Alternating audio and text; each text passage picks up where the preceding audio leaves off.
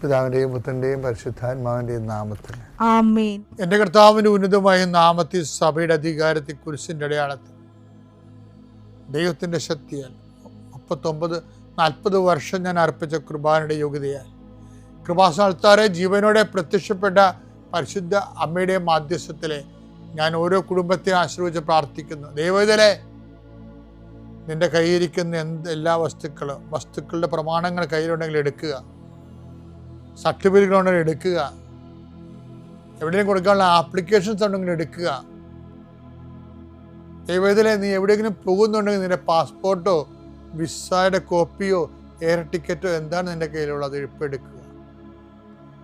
ദൈവത്തിലെ എവിടെയെങ്കിലും കൊടുക്കാനുള്ള ആപ്ലിക്കേഷൻസ് ഉണ്ടെങ്കിൽ അത് എടുക്കുക. കൃപാസന മാതാവിനെ കാണിച്ചുകൊണ്ട് പ്രാർത്ഥിക്കുക. ഞാനിപ്പോൾ നിന്നെ ആശ്രയിച്ച് പ്രാർത്ഥിക്കുക. കർത്താവേ, സിവിൽ പോയിന്റ് കുറഞ്ഞതിൻ്റെ പേര് ജോലി കിട്ടാത്തവരുണ്ട്, ജപ്തിയാകാൻ പോകുന്നവരുണ്ട്. ആ പത്രങ്ങളെല്ലാം രേഖകളെല്ലാം നിന്റെ നാമത്തിൽ ഞാൻ ആശീർവദിക്കാൻ പോവുകയാണ്.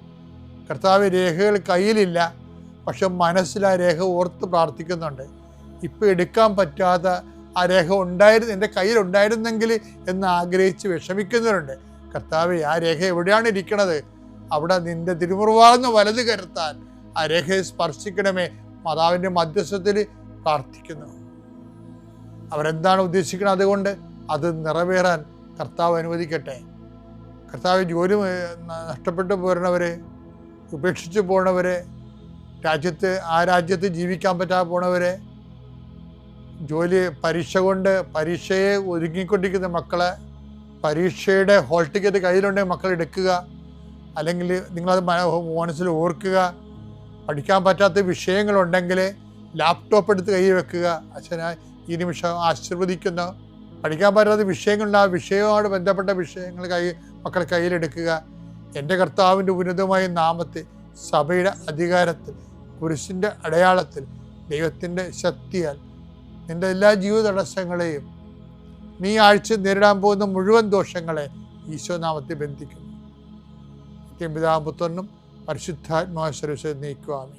അമ്മേ പരിശുദ്ധ അമ്മേ, അമ്മേ പരിശുദ്ധ ദൈവമാതാവേ, കൃപാസനത്തിലൂടെ ഞങ്ങളുടെ ദേശത്തിനും അമ്മ മധ്യസ്ഥം തേടി തന്ന എല്ലാ അനുഗ്രഹങ്ങൾക്കും കൃപകൾക്കും ഞങ്ങളിപ്പോൾ ഹൃദയം നിറഞ്ഞ നന്ദി പറയുന്നു. അമ്മേ പരിശുദ്ധമ്മേ, ദൈവമാതാവേ, 2004 ഡിസംബർ 7 ഉച്ചകഴിഞ്ഞ് 2:30 കൃപാസനത്തിൽ സംഭവിച്ച അമ്മയുടെ പ്രത്യക്ഷപ്പെടലിനെ കുറിച്ച് തിരുസഭയ്ക്ക് സമർപ്പിച്ചിരിക്കുന്ന പഠനരേഖകളുടെ മേൽ സഭാത്മകമായ പഠനം ആരംഭിക്കുവാൻ ഞങ്ങൾ പ്രാർത്ഥിക്കുന്നു. അമ്മേ പരിശുദ്ധമേ, ഭൂസ്വർലോകങ്ങളുടെ രാജ്ഞിയായ അങ്ങേയ്ക്ക് ഭൗമസംരക്ഷണത്തിനായി പ്രപഞ്ചപ്രകൃതിയെ തന്നെ തിരുസഭ പ്രതിഷ്ഠിക്കുവാൻ ഈ പ്രത്യക്ഷീകരണം വഴി ഇടയാക്കണമേ. പരിശുദ്ധമേ, ജപമാല മാതാവേ, സകല കൃപാസനം ചേർത്ത് ഞങ്ങളിപ്പോൾ പ്രാർത്ഥിക്കുന്ന ഈ കുടുംബത്തിന്റെ പ്രത്യേക നിയോഗം പറ മക്കളെ.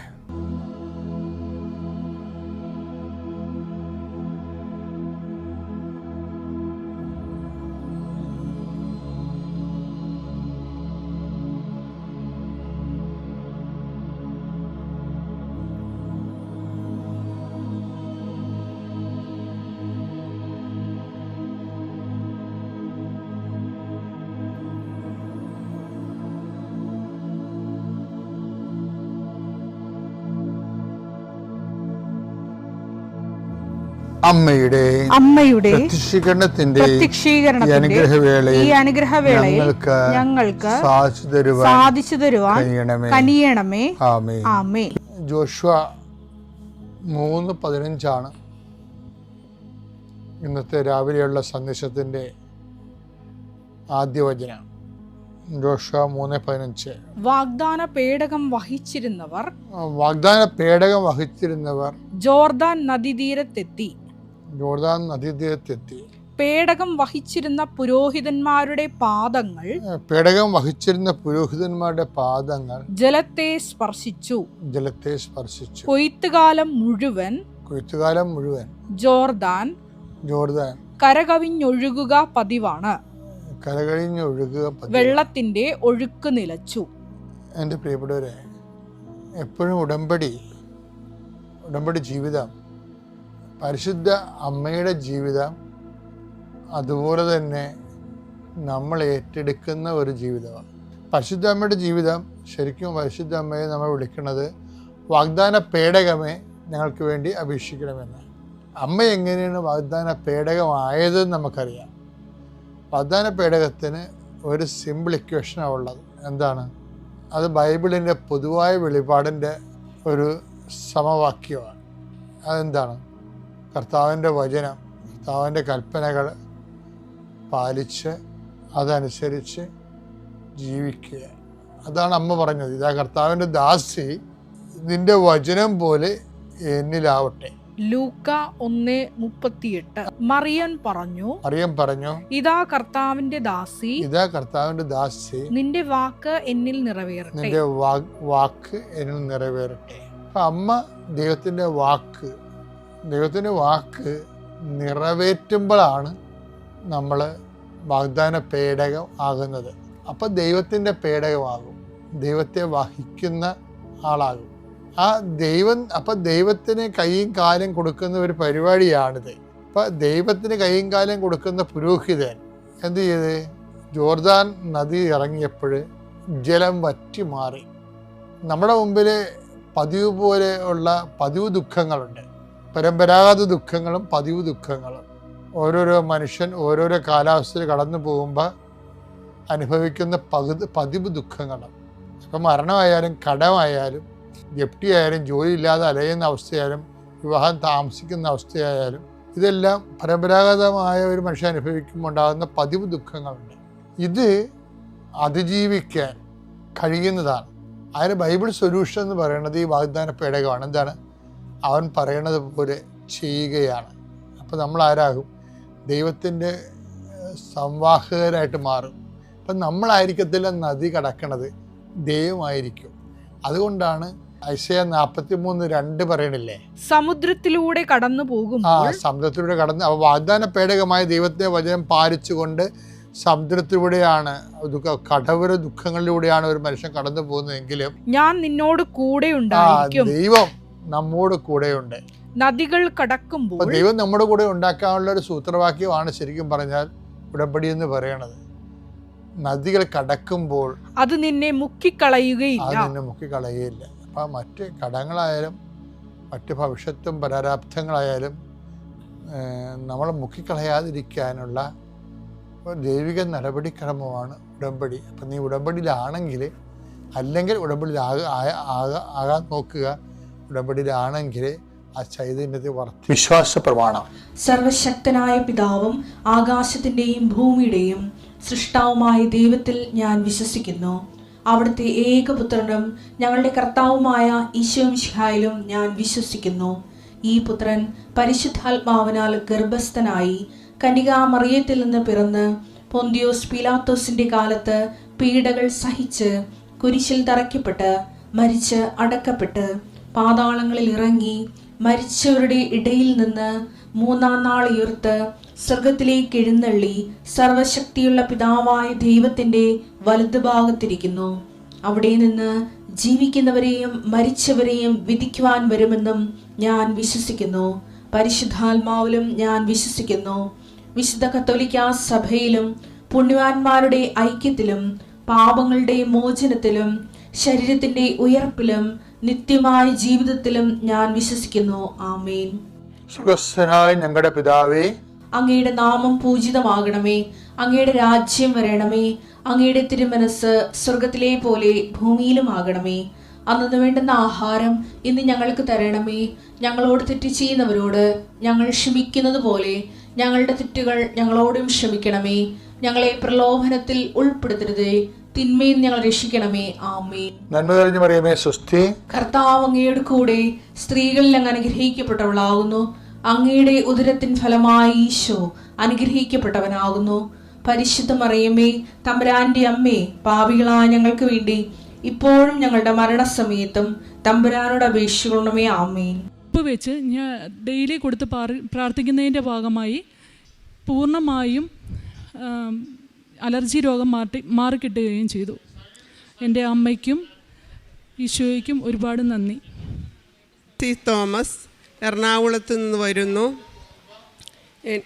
2019 ഫെബ്രുവരി 28 ഞാൻ ഉടമ്പടി എടുക്കുന്നത്. എൻ്റെ മകൾക്ക് ലഭിച്ച ഒരു അനുഗ്രഹത്തിനെ പറ്റി സാക്ഷ്യപ്പെടുത്താനാണ് ഞാനിവിടെ നിൽക്കുന്നത്. മകൾക്ക് കണ്ണിൻ്റെ കാഴ്ച കുറഞ്ഞു തുടങ്ങി ഡോക്ടറെ കണ്ടു. അപ്പോൾ കണ്ടപ്പോൾ ഡോക്ടർ പറഞ്ഞു കണ്ണിൻ്റെ കോർണി ചുരുങ്ങി പോകുന്നൊരു അസുഖമാണ്, അത് ഓപ്പറേഷൻ ചെയ്യണം, അല്ലെങ്കിൽ കണ്ണ് പൂർണ്ണമായി മാറ്റി വയ്ക്കേണ്ടി വരും. അപ്പോൾ അത് ഡോക്ടറെ കണ്ട് പോന്നെങ്കിലും പിന്നെ അതിന് ശേഷം ഞാനിവിടെ വന്ന് ഉടമ്പടി എടുത്ത ശേഷം അച്ഛനെ കാണാനുള്ള ഒരു അവസരം കിട്ടി. അച്ഛൻ മകളുടെ കണ്ണിൽ കൈവച്ച് പ്രാർത്ഥിച്ചതിന് ശേഷം വീണ്ടും 2 വർഷത്തിന് ശേഷം പിന്നെ ഹോസ്പിറ്റലിൽ ഞങ്ങൾ ചെന്ന് കഴിഞ്ഞപ്പോൾ അവർ സ്കാൻ ചെയ്തു, എല്ലാം നോക്കിക്കഴിഞ്ഞാൽ പറഞ്ഞു ഒരു കുഴപ്പമില്ല. ഇപ്പം 2 കൊല്ലം വരെ ഒരു കുഴപ്പമില്ലാതെ ഇങ്ങനെ കണ്ടിന്യൂ ചെയ്തു പോകുന്നത് കൊണ്ട് ഇനി എനിക്കൊരു ഓപ്പറേഷൻ്റെ ആവശ്യമേ ഇല്ലെന്ന്. പിന്നെ വീണ്ടും 1 വർഷം കഴിഞ്ഞ് വീണ്ടും ഞങ്ങൾ ഡോക്ടറെ കണ്ടു. അപ്പോഴും കണ്ണിൻ്റെ ഇതൊന്നും വന്നിട്ടില്ല, അതുകൊണ്ട് ഓപ്പറേഷൻ ചെയ്യേണ്ട ആവശ്യമില്ല. അങ്ങനെ 2-3 തവണ ഞങ്ങൾ ഇപ്പോൾ ഡോക്ടറുടെ കാണുകയും ഒരു അസുഖവുമില്ല, കണ്ണിന് വേറെ ഒരു ട്രീറ്റ്മെൻറ്റും എടുക്കണ്ട എന്ന് പറഞ്ഞ് അതിൽ നിന്നും സൗഖ്യം ഈശോ തന്നു. പിന്നെ അതേ മകൾക്ക് തന്നെ വലിയ ബുദ്ധിമുട്ടൊന്നുമില്ലാതെ ഒരു ഇൻ്റർവ്യൂവും സർട്ടിഫിക്കറ്റ് വെരിഫിക്കേഷനും കൂടി പോസ്റ്റൽ ഡിപ്പാർട്ട്മെൻറ്റിൽ ഒരു ജോലി ലഭിക്കുകയുണ്ടായി. അതും ഉടമ്പടി നിയോഗമായിരുന്നു. കൂടാതെ ജോസഫച്ചൻ പ്രാർത്ഥിച്ചിരുന്നു, മകളുടെ കണ്ണിൻ്റെ പ്രാർത്ഥിച്ച കൂട്ടത്തിൽ അന്ന് തന്നെ പറഞ്ഞിരുന്നു ജീവിതോപാധി കണ്ടെത്താൻ ഇടവരട്ടെ എന്ന് പ്രാർത്ഥിച്ചിരുന്നു. പിന്നെ ഇവിടെ മാസവണക്കത്തിലും അതൊരു നിയോഗമായിട്ട് മകളുടെ വിവാഹവും ജോലി ലഭിക്കാനുള്ള ഒരാഗ്രഹവും എഴുതിയിരുന്നു. പിന്നെ ഞാൻ ഉടമ്പടി എടുക്കാൻ എത്തുന്നത് ഞങ്ങളുടെ അടുത്തുനിന്ന് വരുന്ന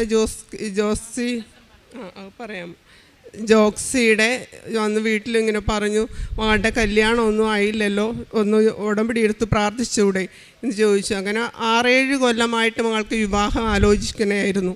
കാരണം സാമ്പത്തിക പ്രശ്നങ്ങളൊന്നും അല്ലായിരുന്നു കാര്യം, മകൾക്ക് ജോലിയുമുണ്ട്. എന്നിട്ട് എന്തുകൊണ്ടോ കല്യാണം നടക്കുന്നില്ല. അപ്പോൾ പിന്നെ മോൾക്കൊരു പേടി പോലെയാണെന്ന് നമുക്ക് വിവാഹത്തോട് എടുത്ത് വരുമ്പോൾ മനസ്സിലായി, അതുകൊണ്ടാണെന്ന്. പിന്നെ ഇപ്പോൾ ജോസഫ് അച്ഛനെ കാണാൻ അവസരം കിട്ടിയപ്പോൾ ഫോട്ടോ കൊണ്ടുവന്നു. അച്ഛൻ അതിൽ കുരിശ് വരച്ചൊക്കെ പ്രാർത്ഥിച്ചു. അത് കഴിഞ്ഞ് മോളുടെ കല്യാണം ഭംഗിയായി ഞങ്ങൾക്ക് നടത്താൻ പറ്റി.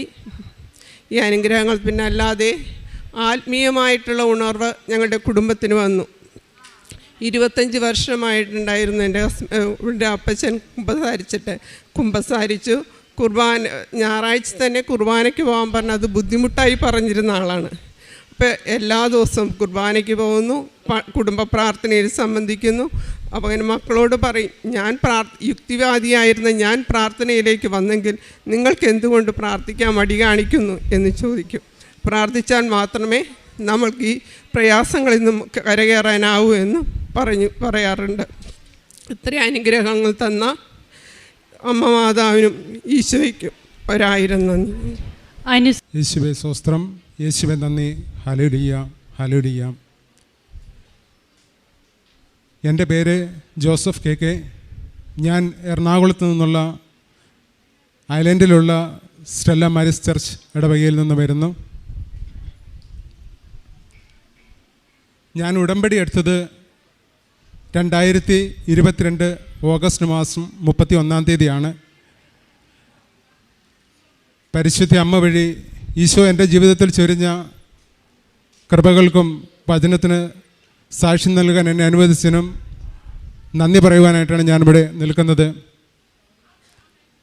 ആദ്യമായിട്ട് 2020 ഞാനൊരു പ്രൈവറ്റ് സ്ഥാപനത്തിൽ എറണാകുളത്ത് ജോലി ചെയ്യുന്നു. അപ്പോൾ അതിൻ്റെ ഒരു ആവശ്യത്തിന്, പാസിൻ്റെ ആവശ്യത്തിന് വേണ്ടിയിട്ട് കൊച്ചിൻ പോർട്ട് ട്രസ്റ്റിൽ പോയപ്പോൾ അവിടെ ഒരു ജോബ് വേക്കൻസി, ആകെ ഒരു പോസ്റ്റോ അതിന് ഒഴിവുള്ളൂ.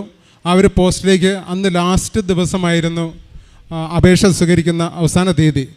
അപ്പം അതിലേക്കൊക്കെ ഞാൻ അറിഞ്ഞിരുന്നില്ല, അതിലേക്കൊക്കെ ഒത്തിരി പേര് നേരത്തെ അപേക്ഷിച്ചിരുന്നു, ഓൺലൈനായിട്ടും ഡയറക്റ്റായിട്ടും. അപ്പം അന്ന് ഞാനൊരു ഉച്ചയോടെ എടുത്തിട്ടാണ് ഞാൻ അവിടെ പോയത്. ഞാനവിടെ ചെന്ന് ഈ പാസിൻ്റെ കാര്യങ്ങളൊക്കെ ചെയ്തതിന് ശേഷം അവരെന്നോട് പറഞ്ഞു, ഇന്ന് വൈകുന്നേരം 5 മണിക്കുള്ളിൽ ഈ അപേക്ഷ ഇവിടെ സമർപ്പിക്കുകയാണെങ്കിൽ പരിഗണിക്കാം, ഇന്ന് 5 മണി വരെ സമയമുണ്ടെന്ന് പറഞ്ഞു. എൻ്റെ സർട്ടിഫിക്കറ്റൊക്കെ എൻ്റെ വീട് മാഹിയിലാണ് ശരിക്കും. ഞാനിവിടെ ജോലി സംബന്ധം ആവശ്യപ്പെട്ടാണ് ഞാൻ എറണാകുളത്ത് താമസിച്ചുകൊണ്ടിരുന്നത്. അപ്പോൾ ഞാൻ എൻ്റെ വൈഫിനോട് വിളിച്ച് പറഞ്ഞിട്ട് ഫോണിൽ എനിക്ക് എൻ്റെ സർട്ടിഫിക്കറ്റിൻ്റെ കോപ്പികളൊക്കെ അയച്ചു തന്നു. ഞാൻ വേഗം ടൗണിൽ പോയിട്ട് അതിൻ്റെ എല്ലാം ഡൗൺലോഡ് ചെയ്ത് വൈകുന്നേരം 5 മണിക്ക് മുമ്പ് ഞാൻ ഈ ആപ്ലിക്കേഷൻ കൊച്ചിൻ പോർട്ടിന് സമർപ്പിച്ചു. അതിനുശേഷം ഞാൻ ലൈറ്റ് എ കാൻഡിൽ പ്രെയർ ഇട്ടു. കാരണം ചാൻസ് കുറവാണ്, ഒരു വേക്കൻസിയേ ഉള്ളൂ ആകപ്പാടെ. അപ്പോൾ ഒത്തിരി പേര് അപേക്ഷിച്ചിട്ടുണ്ട്. ഞാനാണെങ്കിൽ ഏറ്റവും അവസാനമായിട്ടാണ് അപേക്ഷിച്ചതും. അപ്പോൾ അങ്ങനെ ലൈറ്റ് കാൻഡിൽ പ്രെയർ ഇട്ട് പ്രാർത്ഥിച്ചു.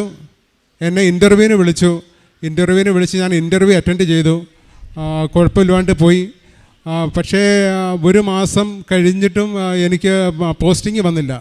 അപ്പോൾ ഞാൻ അന്വേഷിച്ച് കഴിഞ്ഞപ്പോൾ അറിയാൻ കഴിഞ്ഞത് എൻ്റെ ഫയൽ വിജിലൻസും അതുപോലെ തന്നെ വിവരാവകാശ രേഖക്കാരാണെന്ന് തോന്നുന്നു, അവർ എൻ്റെ ഫയൽ എടുത്തുകൊണ്ട് പോയി. കാരണം ഇൻ്റർവ്യൂവിന് വിളിച്ചതിൽ എൻ്റെ പേര് മാത്രമേ ഉണ്ടായിരുന്നുള്ളൂ. പലരും അപേക്ഷിച്ചിട്ടും ഇൻ്റർവ്യൂവിന് എന്നെ മാത്രമാണ് വിളിച്ചിരുന്നത്. അതുകൊണ്ട് അവർ ആരോ കംപ്ലയിൻറ്റ് കൊടുത്തു, മറ്റുള്ളവരാരോ കംപ്ലയിൻറ്റ് കൊടുത്തു. ഞാനെന്തോ പൈസയോ സ്വാധീനമോ ഉപയോഗിച്ചുകൊണ്ടതുകൊണ്ടാണ് അവർക്ക് ചാൻസ് കിട്ടാതെ പോയതെന്ന്. പക്ഷേ എന്നെ സംബന്ധിച്ച് എനിക്ക് അവിടെ ആരുമായിട്ടും പരിചയമുണ്ടായിരുന്നില്ല. ഞാൻ ആശ്രയിച്ചിരുന്നത് പരിശുദ്ധ മാതാവിലും ഈശോയിലും മാത്രമായിരുന്നു എൻ്റെ ആശ്രയമുണ്ടായിരുന്നത്. അങ്ങനെ എന്നോട് പറഞ്ഞ് വെയിറ്റ് ചെയ്യാൻ പറഞ്ഞു. ഞാൻ പ്രാർത്ഥിച്ചുകൊണ്ടിരുന്നു. ഏതാണ്ട് ഒരു 1.5 മാസം കൂടെ കഴിഞ്ഞപ്പോഴത്തേക്ക്, അതായത് മൊത്തം ഇൻ്റർവ്യൂ കഴിഞ്ഞിട്ട് 1.5 മാസത്തിനുള്ളിൽ എനിക്ക് പോസ്റ്റിംഗ് ഓർഡർ വന്നു. ഞാൻ ഏപ്രിൽ മാസത്തിൽ കൊച്ചിൻ പോർട്ട് ട്രസ്റ്റിൽ ജോയിൻ ചെയ്തു. ഇപ്പം അവിടെയാണ് ജോലി ചെയ്യുന്നത്. ഈശോയ്ക്കും പരിശുദ്ധ അമ്മയ്ക്കും നന്ദി പറയുന്നു. രണ്ടാമതായിട്ട്, എനിക്കും എൻ്റെ കുടുംബത്തിനും ഉണ്ടായ ഒരു വാഹന അപകടത്തിൽ നിന്നുണ്ടായ ഈശോയുടെ അത്ഭുതകരമായ രക്ഷയാണ്, അതിനെക്കുറിച്ചാണ് പറയുന്നത്. എൻ്റെ പെങ്ങൾ അമേരിക്കയിൽ 3 മക്കളും ഹസ്ബൻഡുമായിട്ട് സെറ്റിൽഡാണ്. അപ്പോൾ അച്ഛനും അമ്മയും കോഴിക്കോടാണുള്ളത്. അപ്പം അച്ഛനും അമ്മേനെ കാണാൻ വേണ്ടിയിട്ട് സിസ്റ്റർ അവിടെ നിന്നും ലീവിന് വേണ്ടിയിട്ട് 2 ആഴ്ച ലീവിന് വേണ്ടിയിട്ട് ഞങ്ങളുടെ അടുത്ത് വന്നു. എറണാകുളത്താണ് അവൾ വന്നത്. അത്യാവശ്യ കാര്യങ്ങളൊക്കെ ചെയ്തതിന് ശേഷം കോഴിക്കോട്ടേക്ക് ഞങ്ങളെല്ലാവരും കൂടി, ഞാനും വൈഫും പെങ്ങളും കൂടി കോഴിക്കോട്ടേക്ക് പോയി അച്ഛനമ്മയെ കണ്ടു. അതിനുശേഷം അവിടെ വീട്ടിൽ കുറേ വർക്കൊക്കെ ഉണ്ടായിരുന്നു. 16-ാം തീയതി ഞങ്ങൾ കോഴിക്കോട് നിന്നും മാഹിയിലുള്ള എൻ്റെ വീട്ടിലേക്ക്, ഒത്തിരി ബന്ധുവീടുകളിലൊക്കെ സന്ദർശനമൊക്കെ നടത്തി, പേരാമ്പ്ര കുറ്റിയാടി ഭാഗങ്ങളിൽ കൂടി ഞങ്ങൾ മാഹിയിൽ ചെന്ന് എൻ്റെ വീട്ടിൽ കുറച്ച് പണികളുണ്ട്. അതെല്ലാം ചെയ്തതിന് ശേഷം രാത്രി ഏതാണ്ടൊരു 10:30 മണിയോട് കൂടിയിട്ട് ഞങ്ങൾ മാഹിയിൽ നിന്നും എറണാകുളത്തിന് യാത്ര ആരംഭിച്ചു. അപ്പം വണ്ടിയിൽ കയറുന്നതിന് മുമ്പ് ഞങ്ങൾ പ്രാർത്ഥിച്ചിട്ടാണ് ഇറങ്ങിയിരുന്നത്. വണ്ടിയിൽ പരിശുദ്ധ അമ്മയുടെ രൂപവും കൊന്തയുമൊക്കെ ഉണ്ടായിരുന്നു. വഴിയിൽ വെച്ച് ഞങ്ങൾ കൊന്തയിൽ പ്രാർത്ഥിച്ചിട്ടാണ് പോകുന്നത്. പക്ഷേ ഈ യാത്രയൊക്കെ മാഹിയിൽ നിന്ന് ഇങ്ങോട്ട് 285 കിലോമീറ്റർ ഉണ്ട്. അപ്പോൾ ഈ പകലും മുഴുവൻ യാത്രയായിരുന്നത് കൊണ്ട് നല്ല ക്ഷീണം ഉണ്ടായിരുന്നു എനിക്ക്. വൈഫ് എന്നോട് വണ്ടിയിൽ എപ്പോഴും സംസാരിച്ചുകൊണ്ടിരുന്നു. ഇടയ്ക്ക് 1-2 സ്ഥലത്തൊക്കെ നിർത്തി ഞങ്ങൾ ചായ കുടിച്ചിട്ടാണ് പോകുന്നത്. ഏതാണ്ട് ഒരു 5 മണി സമയമായപ്പോൾ വൈഫിനോട് സംസാരിക്കുന്നുണ്ടായിരുന്നു. എൻ്റെ അമ്മ ഏറ്റവും മുമ്പിലായിരുന്നു. പെങ്ങളും അച്ഛനും എൻ്റെ വൈഫും പുറകിലത്തെ സീറ്റിലാണ് ഉണ്ടായിരുന്നത്. പറവൂര് കഴിഞ്ഞ് വരാപ്പുഴ പാലം കയറുന്നതിന് മുമ്പ് എനിക്ക് ഉറക്കം വന്നു. ഞാൻ മയങ്ങിപ്പോയി. എൻ്റെ വണ്ടി ഇടത് സൈഡിലേക്ക് ഇടിച്ചു കയറി. മയിൽക്കുറ്റി ആദ്യത്തെ മയിൽക്കുറ്റി തകർത്തുകൊണ്ട് രണ്ടാമത്തേതിൽ കയറിയിട്ടാണ് വണ്ടി നിന്നത്. ഭയങ്കര ശബ്ദമൊക്കെ ഉണ്ടായി. എനിക്ക് അന്നേരമാണ് ബോധ്യം വന്നത് വണ്ടി ഇടിച്ചു എന്നുള്ളത്. പുറകെ വന്ന ആൾക്കാരൊക്കെ, വണ്ടിയിലുണ്ടായിരുന്നവരൊക്കെ ഓടി വന്നു. പക്ഷേ വണ്ടിയെല്ലാം ഡാമേജായി, ഫ്രണ്ടെല്ലാം തകർന്നു പോയിരുന്നു. പക്ഷേ ആർക്കും യാതൊരു ആപത്തും കൂടാതെ പരിശുദ്ധ അമ്മ ഞങ്ങളെ കാത്ത് സംരക്ഷിച്ചു. ആ വലിയ അപകടമുണ്ടാകുമായിരുന്ന അതിൽ നിന്നും, ഇത് കുറച്ചുകൂടെ മുമ്പോട്ട് പോയി കഴിഞ്ഞാൽ വരാപ്പുഴ പാലമാണ്. പാലപ്പത്തിൽ നിന്നൊക്കെ വണ്ടി താഴെ പോയിരുന്നെങ്കിൽ ആരും ബാക്കി ഉണ്ടാകുമായിരുന്നില്ല. അതുപോലെ തന്നെ ലെഫ്റ്റ് സൈഡിലേക്ക് തിരിയേണ്ട വണ്ടി വലത് സൈഡിലേക്ക് തിരിഞ്ഞിരുന്നെങ്കിൽ പോലും ഇഷ്ടം പോലെ രാവിലെ 5 മണി സമയമാണ്. കുറേ വണ്ടികൾ ആ സമയത്ത് ആ റോഡിലൂടെ പാസ് ചെയ്യുന്നുണ്ട്. അപ്പോൾ അതിൽ നിന്നെല്ലാം ഈശോയും പരിശുദ്ധ അമ്മയും ഞങ്ങളെ അത്ഭുതകരമായിട്ട് രക്ഷിച്ചു. അതിനുശേഷം ആ പുറകെ നിന്ന് വണ്ടിയിൽ നിന്ന് സാധനങ്ങളൊക്കെ ഞങ്ങൾ മാറ്റി. ആർക്കും ചെറിയൊരു പരിക്ക് പോലും പറ്റിയില്ല.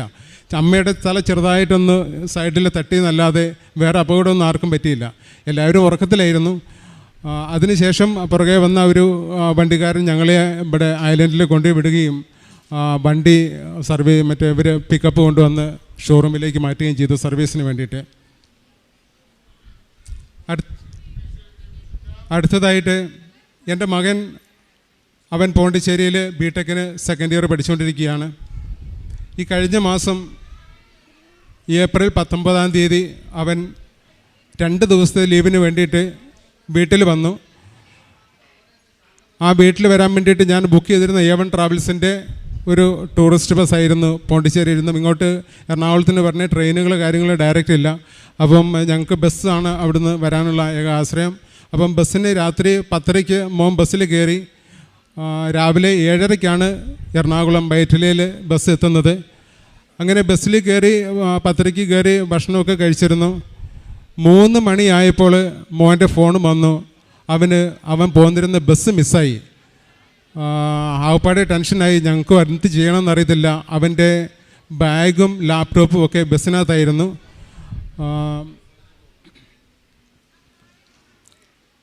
ബാത്റൂമിൽ അവിടെ സേലത്ത് നിന്നും ഒരു 25 കിലോമീറ്റർ പുറകിൽ ഏതോ ടോൾ ബൂത്തിൽ നിർത്തിയപ്പോൾ അവിടെ ബാത്റൂമിൽ പോയതാണ് അവൻ. അപ്പോൾ അവനെ ആരോ പുറത്തു നിന്ന് ലോക്ക് ചെയ്ത് കളഞ്ഞ്.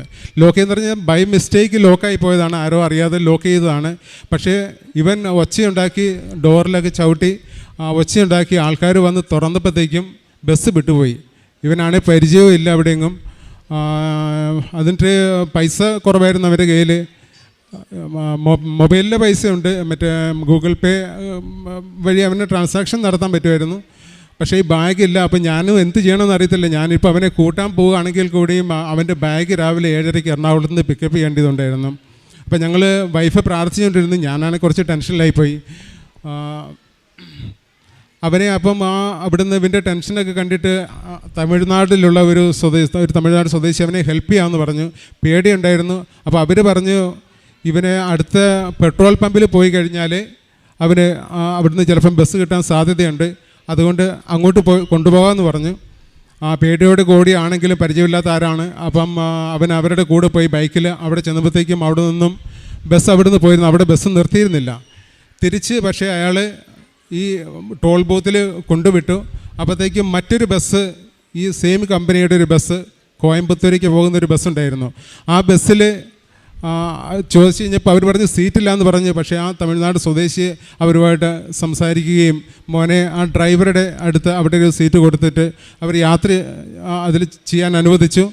അങ്ങനെ അവിടുന്ന് യാത്ര ചെയ്ത് മോൻ അവരുമായിട്ട് പരിചയപ്പെട്ടു. ഈ ബസ്സുകാരൻ നിരന്തരമായിട്ട് അവരെ കോൺടാക്റ്റ് ചെയ്യാൻ, ഈ ആദ്യത്തെ ബസ്സിനെ കോൺടാക്റ്റ് ചെയ്യാൻ വേണ്ടി ശ്രമിക്കുന്നുണ്ടായിരുന്നു. പക്ഷേ അവർ ഫോൺ എടുക്കുന്നില്ല. ഞാനും ഒരു 10-20 കോൾ ഞാൻ വിളിച്ചു, അവരാരും ഫോൺ എടുക്കുന്നില്ല. അങ്ങനെ അവർ പറഞ്ഞ് സാരമില്ല നമുക്ക് നോക്കാം. അങ്ങനെ അവർ നല്ല സ്പീഡിൽ വണ്ടി വിട്ടു. അതുപോലെ തന്നെ കുറേ ഷോർട്ട് കട്ടൊക്കെ എടുത്തു. ഏതായാലും കോയമ്പത്തൂർ എത്തുന്നതിന് മുമ്പ് ആ ബസ്സിനെ ഓവർടേക്ക് ചെയ്യാൻ വേണ്ടിയിട്ട് അവർക്ക് സാധിച്ചു. ആ സമയത്ത് വൈഫ് 5 മണിക്ക് ഈ മതമുള്ള പ്രത്യക്ഷീകരണ പ്രാർത്ഥന ചൊല്ലിക്കൊണ്ടിരിക്കുകയാണ്. ഈ ആദ്യത്തെ ബസ് പോയിട്ട് കുറേ നേരമായിരുന്നു. അപ്പോൾ കിട്ടാനുള്ള ചാൻസ് തീരെയില്ല, കിട്ടുകയില്ല. അപ്പം വൈഫ് പ്രാർത്ഥിച്ചുകൊണ്ടിരിക്കുകയാണ്. പ്രത്യക്ഷീകരണ പ്രാർത്ഥന, മാതാവേ എങ്ങനെയെങ്കിലും ഇത് കിട്ടാനുള്ള സാധ്യതയൊന്നുമില്ല, എങ്കിലും ഒരു അത്ഭുതം നടത്തണമേ എന്ന് വൈഫ് പ്രാർത്ഥിച്ചുകൊണ്ടിരുന്നു. ആ പ്രത്യക്ഷീകരണ പ്രാർത്ഥന കഴിയുന്നതിന് മുമ്പ് തന്നെ മോൻ്റെ ഫോൺ വന്നു, എനിക്ക് ആദ്യത്തെ ബസ് കിട്ടി പപ്പ. അങ്ങനെ പരിശുദ്ധ മാതാവിനോട് പ്രാർത്ഥിച്ച് തീരും മുമ്പേ ഞങ്ങൾക്ക് അതിന് ഉത്തരം കിട്ടി. പരിശുദ്ധ മാതാവ് ആ ഒരു ദുർഘടസന്ധിയിൽ, ആ പ്രതിസന്ധി ഘട്ടത്തിൽ നിന്നും ഞങ്ങളെ രക്ഷിച്ചതിന് അമ്മയ്ക്കും ഈശോയ്ക്കും പ്രത്യേകമായിട്ട് നന്ദി പറയുന്നു.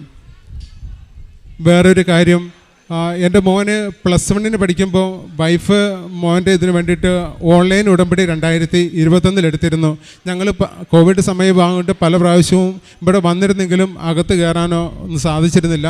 പുറത്ത് നിന്ന് പ്രാർത്ഥിക്കുകയാണ് ചെയ്തിരുന്നത്. +1 റിസൾട്ട് വന്നു കഴിഞ്ഞപ്പോൾ അവന് 3 വിഷയങ്ങൾക്ക് മാത്രമേ ഫുൾ A+ ഉണ്ടായിരുന്നല്ലോ. അപ്പം ഒരുമാതിരി പഠിക്കുന്നതായിരുന്നു, കുറച്ച് ഉഴപ്പിയിരുന്നു. അങ്ങനെ ഞങ്ങൾ ഉടമ്പടി എടുത്ത്, ഓൺലൈൻ ഉടമ്പടി എടുത്ത് പ്രാർത്ഥിച്ചു. മോനും പ്രാർത്ഥിക്കുമായിരുന്നു. അങ്ങനെ പ്രാർത്ഥിച്ച് ശേഷം ഉടമ്പടി ഇമ്പ്രൂവ്മെൻറ്റ് എക്സാം അവൻ എഴുതി. റിസൾട്ട് +2-ൻ്റെ റിസൾട്ട് വന്നു കഴിഞ്ഞപ്പോഴത്തേക്കും എല്ലാ വിഷയങ്ങൾക്കും 97% മാർക്കോടെ ഫുൾ A+ നേടി അവന് പാസ്സാകുവാനായിട്ട് സാധിച്ചു. പരിശുദ്ധ അമ്മയുടെ കൃപയ്ക്കും ഈശോ തന്ന അനുഗ്രഹത്തിനും ഒത്തിരി നന്ദി പറയുന്നു. ഇത് കൂടാതെ എൻ്റെ വൈഫിന് ഒരു ബീഫ് കഴിച്ചു കഴിഞ്ഞാൽ അലർജി ഉണ്ടായിരുന്നു.